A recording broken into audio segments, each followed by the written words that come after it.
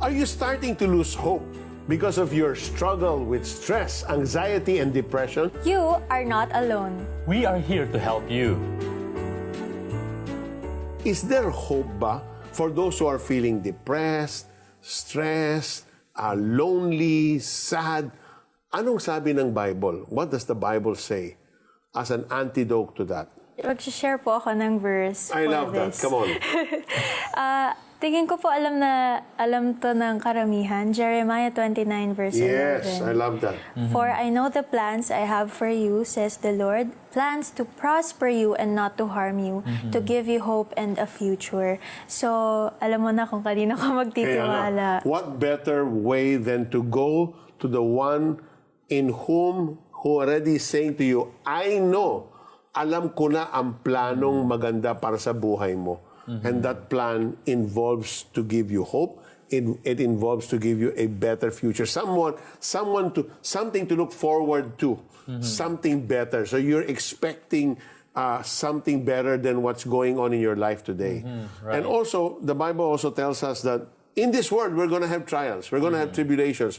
We're going to have struggles. But be of good cheer. Right. Because Jesus says, I have overcome the world. Tapos na. He has won the battle for us. And if we put our hope there, we pin our hope there, then we have the strength and resiliency to be able to, like you said, go for another day, another week, another month, another year. Napakagandang isipin din yan, especially kapag when we try to realize and make sense that God sometimes uses our pains, emotions, at itong ganitong klaseng period of time that we become a little anxious or depressive.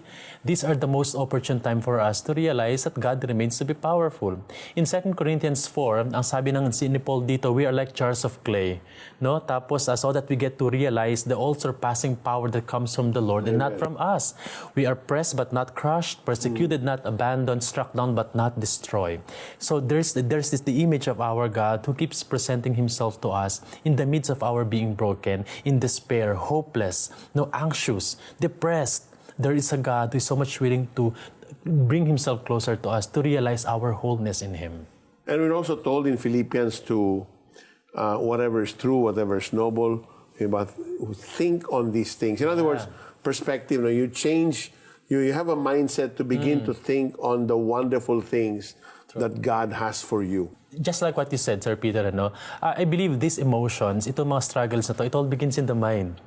No, a lot of, especially among the young ones, they thought that the emotions come from the heart, but it has to be corrected na it all begins in the mind.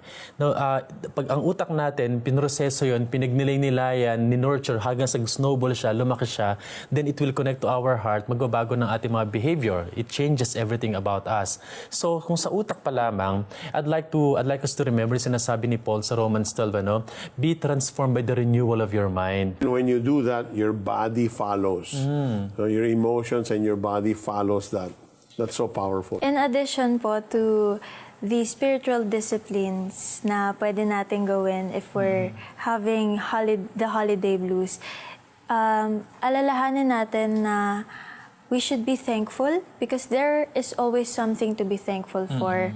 Naalala ko po nung bata ako, lagi akong sinasabihan ng mama ko and ng papa ko na mag-keep ng gratitude journal.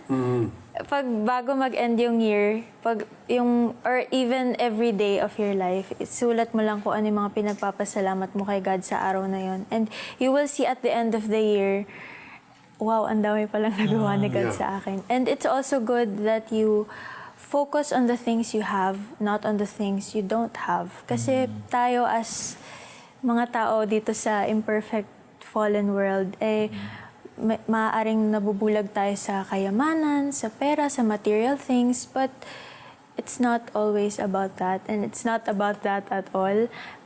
Always remember that everything is about God, and kapag pakiramdam mo na nagkukulang ka na sa mga bagay-bagay, remind yourself yung Hebrews 13 verse 5 na He said there that He will never leave you nor forsake you. He will provide everything you need. Ilang araw na lang at Christmas na. Anong preparations na nga ang ginagawa mo? Is there a way to celebrate Christmas without breaking our bank accounts and setting unrealistic expectations? We will discuss all that in our next webisode. Follow us on Facebook and subscribe to our YouTube channel to watch our next discussion. Just type the 700 Club Asia. See you in our next webisode. Merry Christmas and a blessed New Year! See you.